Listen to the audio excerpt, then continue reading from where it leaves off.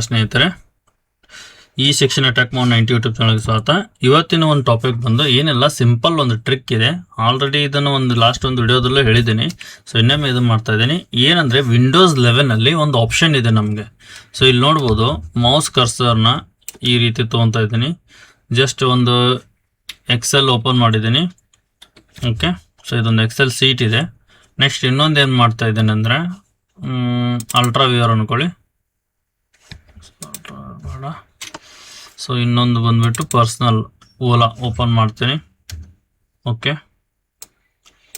So ಈಗ 2 tab ಬಂದಿದೆ. So ಇವಾಗ ನಾನು ಏನು ಮಾಡ್ತೀನಿ, ಎರಡನ್ನೂ ಸೈಮಲ್ಟೇನಿಯಸ್ ಆಗಿ ಆಕ್ಸೆಸ್ ಹೇಗೆ ಮಾಡ್ಬೇಕಂದ್ರೆ ವಿಂಡೋಸ್ 11 ಈ ಒಂದು ಫೀಚರ್ ಇದೆ.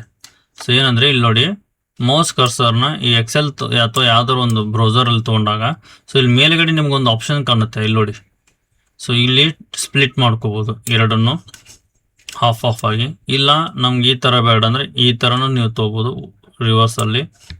ಸೊ ಇದನ್ನ ಇಲ್ಲಿ ಈ ಥರ. ನೆಕ್ಸ್ಟ್ ಅದೇ ರೀತಿ, ಸೊ ನನಗೆ ಹಾಫ್ ಇದು ಜಾಸ್ತಿ ಬೇಕು, ಇದರ ಪರ್ಸೆಂಟೇಜ್ ಕಡಿಮೆ ಬೇಕಂದರೆ ಈ ರೀತಿ. ನೆಕ್ಸ್ಟು ಸೈಮಲ್ಟೇನಿಯಸ್ ಆಗಿ ವರ್ಕ್ ಮಾಡಲಿಕ್ಕೆ ಇದು ಹೆಲ್ಪ್ ಆಗುತ್ತೆ. ಸೊ ಇದು ಒಂದು. ನೆಕ್ಸ್ಟ್ ಅದಾದಮೇಲೆ ಅದೇ ರೀತಿ ಇಲ್ಲಿ 4 ಬೇಕು ವಿಂಡೋಸ್ ಅಂದರೆ ಸ್ಮಾಲಲ್ಲಿ 4 ಬರುತ್ತೆ. ಸೊ ಇದೊಂದು ಪೋರ್ಷನು, ಇದೊಂದು ಪೋರ್ಷನು. ಸೊ ಇನ್ನೆರಡು ಏನಾದ್ರು ಓಪನ್ ಮಾಡಿದರೆ ನೀವು, ಎಕ್ಸಾಂಪಲ್ ಮೊಜಿಲ್ಲಾ ಅಂದ್ಕೊಳ್ಳಿ. ಸೊ ಮೊಜಿಲ್ಲಾ ಕೂಡ 4 ಇದರಲ್ಲಿ ನೀವು ಆಪ್ರೇಟ್ ಮಾಡ್ಕೋಬೋದು.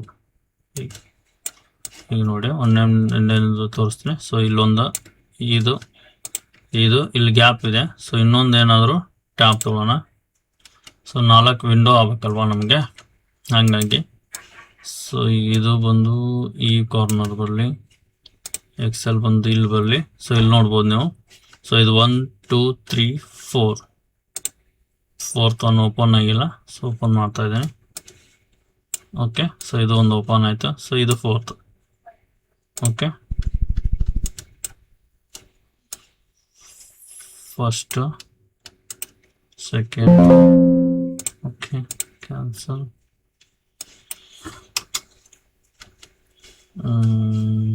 ಆಮೇಲೆ ಈ ಟ್ಯಾಬ್ ಒಂದು 3rd. ಸೊ ಇನ್ನೊಂದಿದೆ ಮೊಜಿಲ್ಲಾ ಏನು ಮಾಡೋಣ, 4th ಹಾಕೊಳ್ಳೋಣ. ಇಲ್ಲೊಂದು. ಓಕೆ,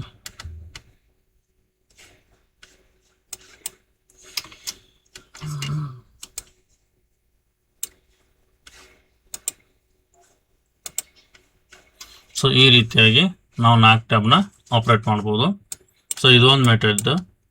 ನೆಕ್ಸ್ಟ್ ಇನ್ನೊಂದು ಬಂದುಬಿಟ್ಟು, ಈಗ ನಾನು ಇಲ್ಲಿ ನೋಡ್ಬೋದು ನೀವು, ನಂದು ಒಂದು ಸ್ಕ್ರೀನಲ್ಲಿ ಏನು ಮಾಡಿದ್ದೀನಿ, ಒಂದು ಎಕ್ಸೆಲ್ಲು, ಒಂದು ಓಲಾ ಬ್ರೌಸರ್ ಓಪನ್ ಮಾಡಿದ್ದೀನಿ. ಸೊ ಇಲ್ಲಿ ನೀವು ಕೆಳಗಡೆ ನೋಡಿ, so desktop 1, desktop 2, new desktop ಅನ್ನೋ ಆಪ್ಷನ್ ಇದೆ. ಓಕೆ, ಸೊ ಇಲ್ಲಿ ನೀವೇನು ಮಾಡ್ಬೋದು ಅಂದರೆ, ಈಗ ಒಂದು ಡೆಸ್ಕ್ಟಾಪಲ್ಲಿ ನೀವು ಆಪ್ರೇಟ್ ಮಾಡ್ತಾ ಇದೀವಿ ನಾವು.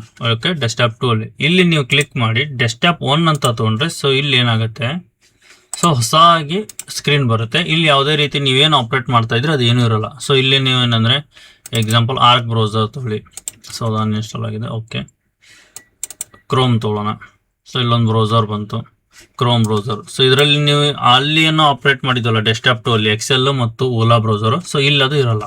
ಸೊ ಇಲ್ಲ ಅಂದರೆ ಹೊಸದಾಗಿ ನೀವು ಇನ್ನೊಂದೇನಾದರೂ ವರ್ಕ್ ಮಾಡಲಿಕ್ಕೆ ಯೂಸ್ ಮಾಡ್ತಾ ಇದ್ದರೆ, ಸೊ ಈ ಒಂದು ರೀತಿಯಾಗಿನೂ ನೀವೇನು ಮಾಡ್ಬೋದು, ಡೆಸ್ಕ್ಟಾಪ್ 1, ಡೆಸ್ಕ್ಟಾಪ್ 2 ಅಂತ ಮಾಡಿಕೊಂಡು, ಅಥವಾ ಇನ್ನೊಂದು ಡೆಸ್ಕ್ಟಾಪ್ ಅಂದರೆ ಇನ್ನೊಂದು ಡೆಸ್ಕ್ಟಾಪ್ ಕ್ರಿಯೇಟ್ ಮಾಡಿಕೊಂಡು ಮಾಡ್ಬೋದು.